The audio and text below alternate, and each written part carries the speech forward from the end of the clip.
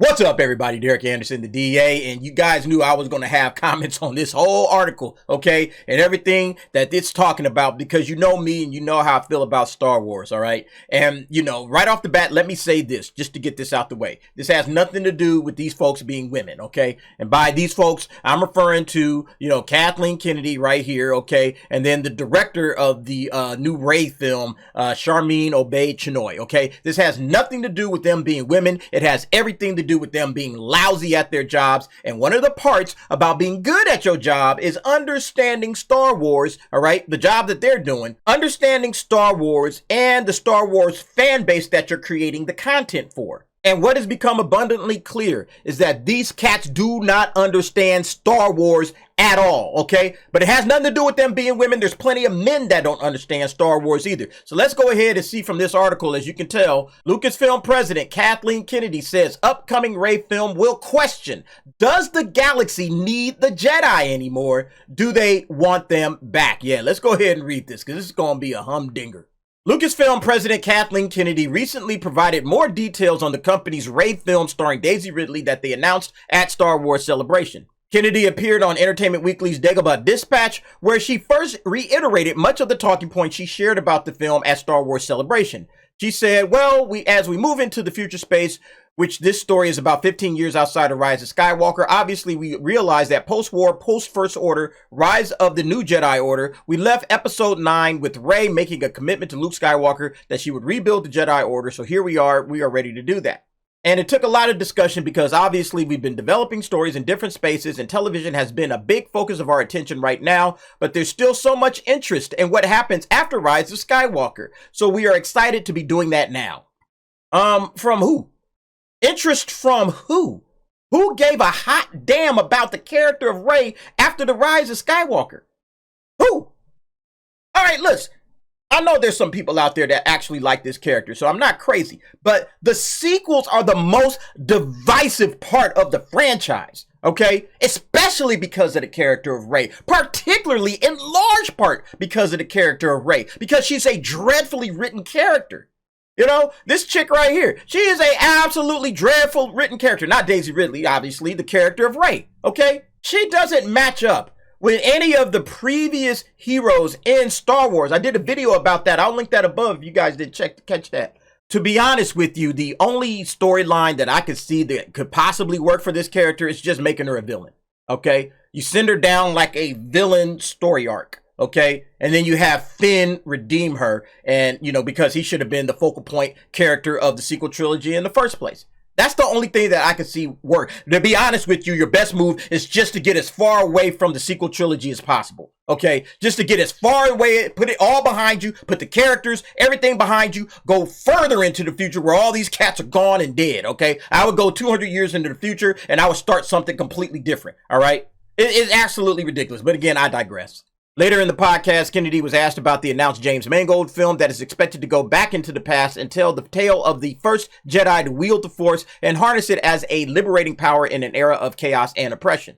She said, we've been talking a lot about going well into the past, and one of the things that's really knitting this all together, obviously, are the Jedi. What happened to the Jedi over time, much like history? How did the Jedi evolve? They were wiped out with Order 66, then they gradually have been coming back. The question that we're going to ask with New Jedi Order and with Rey is, does the galaxy need them anymore? Do they want them back? See, here's the problem. Here it is again, folks. It just rears its ugly head every time this woman opens her mouth. Do they want them back? See, this is the major problem with Star Wars. Again, this constant reevaluating of the Jedi, right? There's this constant examination of the Jedi and its morals and its ethics and all of that crap, right? Look, the Jedi are the clear heroes of Star Wars, but these cats are constantly questioning the value of the heroes in their own franchise. Do you not understand the problem with that? Okay, do you not see that that is a very huge problem with your storytelling? When you're constantly going back and suggesting that, yo, the Jedi really aren't heroes, you know? You're trying to make them sometimes into the problem. It's like they always want to ask, there's something wrong with the heroes? Are the heroes the problem? We need to talk about what's wrong with the heroes. It's the same problem with The Last Jedi all over again, okay? And that's what's behind all of this shit, in my opinion. Because the way I read this is like, oh, you know, does the galaxy need them anymore, right? Let's go ahead and re-examine the Jedi. Do we really need the Jedi? Do we really need them? They keep baking this into their storytelling, and it doesn't make any sense. It's like they actively despise the heroes of their own franchise, right? And I don't know if they're doing this shit just to be edgy, okay? Ooh, let's do something edgy, all right? Like the whole Batman was a fascist comment on the Blue Beetle. Batman's a fascist. Like, what are we doing, guys? What are we doing here? This era of constantly questioning our heroes, tearing down heroes, looking at heroes in a less than positive light. What is the purpose? What is the goal in all of this? In media, in politics, in culture, right? It's like, oh, we don't need the heroes anymore. Our heroes are flawed. That's what they keep pushing. And this is the same crap. Like this whole thing, man, questioning whether Jedi are needed, you know, I guess through the galaxy, obviously, but it informs their storytelling and it kind of tells you where they are with it, right? Where they are with the Jedi. They want to constantly reevaluate them, see if these guys are really the good guys or the heroes. Reframe. I told you guys, they're trying to reframe Star Wars for everybody. Instead of just sticking to the script that George wrote, they want to reframe Star Wars in a different light. Question the heroes. That's what they're doing. They do it in society all the time. Hollywood especially. Hollywood is constantly doing this crap. All right. And it's almost kind of insulting to us in a way because it's like, oh, we need to tell you something that you don't understand about heroes. Heroes aren't always heroes, you know, or whatever. We got to re-examine these guys. Yo, Hollywood, we understand humanity a whole hell of a lot better than y'all do. OK, you guys live in the Hollywood bubble. Y'all are behind gated communities with security guards. All right. We the ones that's out in these streets, okay? We know real people and how people move and operate. And we know how villainous people can be, which is why heroes are needed, which is why we need to hold those heroes up and praise them. And it's hilarious because when the villains start taking over, then they sit back, oh, I don't understand what's going on here. I mean, look, not to get sidetracked at all, but you got a guy that comes to the rescue of people on a subway and he gets villainized. Okay, because something went wrong. He gets villainized. But then those same people that are villainizing him, they're going to come out and say, oh, well, how come anytime anything goes wrong and people are getting assaulted, all folks want to do is just, you know, whip out their phones and just start recording? How come that's the thing? Instead of them jumping and leaping into action to save somebody. How come? Well, maybe it's because they don't want to go to fucking jail. Maybe that's the reason why they keep doing that. Okay? Oh, I'm just going to sit up here and record it. I'm not going to jail. All right? Not for this. Okay, and then what do we get? We get less and less and less heroes. Stop tearing down heroes, okay? Especially in entertainment. The last place heroes should get torn down is in entertainment. Entertainment should be lifting heroes up. Like, are you fucking kidding me? Champion the good guys for once in your lives. Quit trying to rip them down. Create more good guys, right? Remember what Luthen said at the end of Andor? I need all the heroes I can get. We need all the heroes we can get. I mean, God damn it. Ooh. And look, even in the galaxy, all right, even in the story world that we're talking about, you need heroes. This is a galaxy that has been constantly under siege by oppressive forces that want to oppress them. Okay? And you think, oh, well, you know, we don't need the Jedi. I mean, does the galaxy need them anymore? Get lost with that crap. Now, look, I know you guys have seen this video, right? George Lucas slowly and carefully trying to explain Star Wars to Kathleen, right? And she still doesn't get it. Check this out. Yes, it's about good and evil in us, as well as our institutions. So, and the idea that some of us think we're really great people, but in the real world we're not. We're terrible people. Or you can make bad choices. Well, you make bad choices, but you run your life in a very selfish way, and you think you're doing good when you're actually not. And at the same time, it's you know, how do democracies turn back into dictatorship? Why do people who have the power to have the freedom and everything turn it over to somebody who's going to take it all away from them? It's happened through history forever and ever, and all Star Wars is a way of updating that idea to say, watch out, because there are people out there who don't play by the rules, and if you're not careful, you're going to lose all your freedom. And at the same time, those people who may not play by the rules, because they're selfish and greedy, turn themselves into evil people who don't care about other people. There you go. You know, I bet George Lucas wakes up every day and is like, holy shit, what the hell have I done?